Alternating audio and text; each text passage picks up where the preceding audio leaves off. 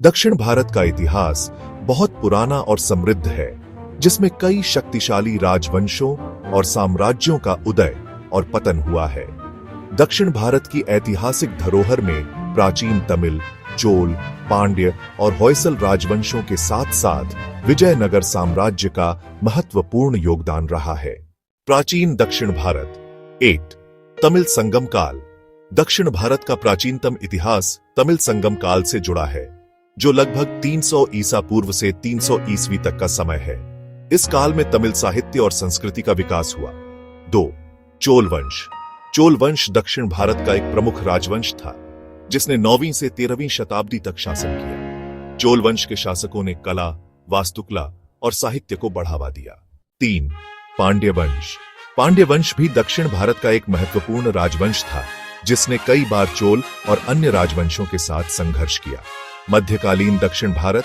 8 विजयनगर साम्राज्य।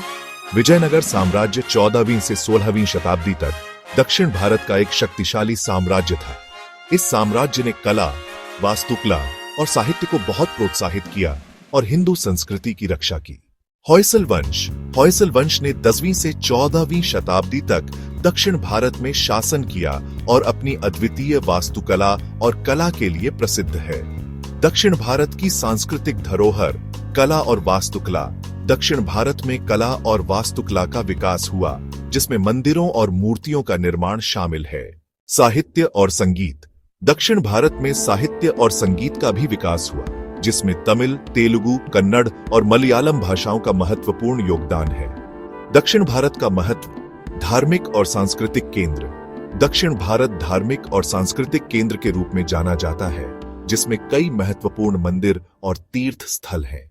ऐतिहासिक और सांस्कृतिक धरोहर। दक्षिण भारत की ऐतिहासिक और सांस्कृतिक धरोहर बहुत समृद्ध है, जिसमें कई महत्वपूर्ण स्मारक और स्थल शामिल हैं। दक्षिण भारत का इतिहास बहुत समृद्ध और विविध है, जिसमें कई शक्तिशाली राजवंशों और साम्राज्यों का उदय और पतन हुआ है। इसकी सांस्कृतिक धरोहर आज भी हमें प्रेरित करती है।